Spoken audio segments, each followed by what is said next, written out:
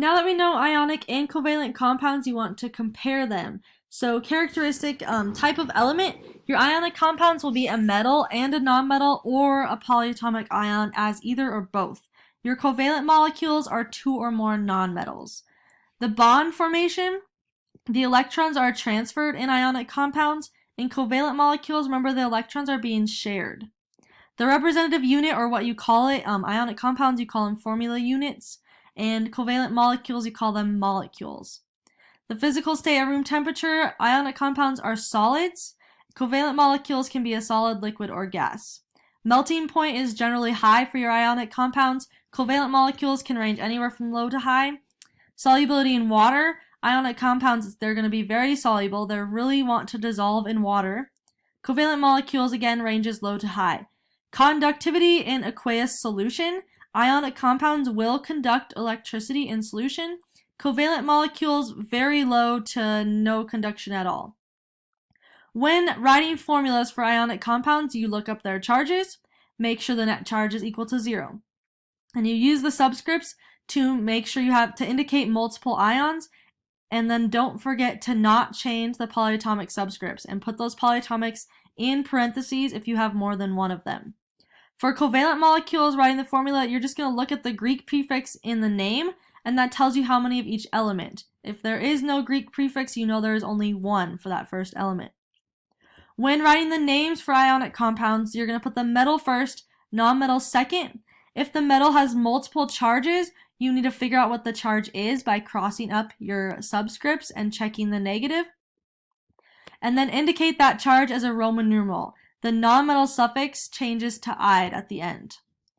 For covalent molecules, your subscripts in your formula tell you what prefix to put on the name of the element.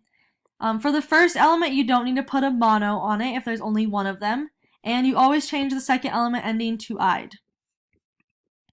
There's a couple other type of bonds. Another one is bonds between metals. Metals have low electronegativities, so they give up their electrons very easily because they don't really want their electrons.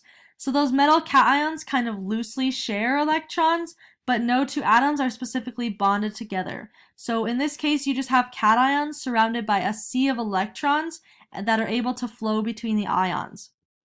This allows the metals to be good conductors of electricity because that sea of electrons is moving easily, and it gives the metals flexibility, ductility, and malleability. So you can bend them and shape them and move them as much as you want. Alloys are when you have a mixture of two or more elements that contain at least one metal.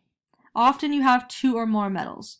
Examples of alloys are substitutional alloys, where atoms in the mixture are similar in size and they can replace or substitute each other in the crystal. For example, brass. So substitutional alloy, you just switch out the metals. So here we have copper and zinc are substituting each other in this crystal structure to form brass, like we did in our gold penny lab.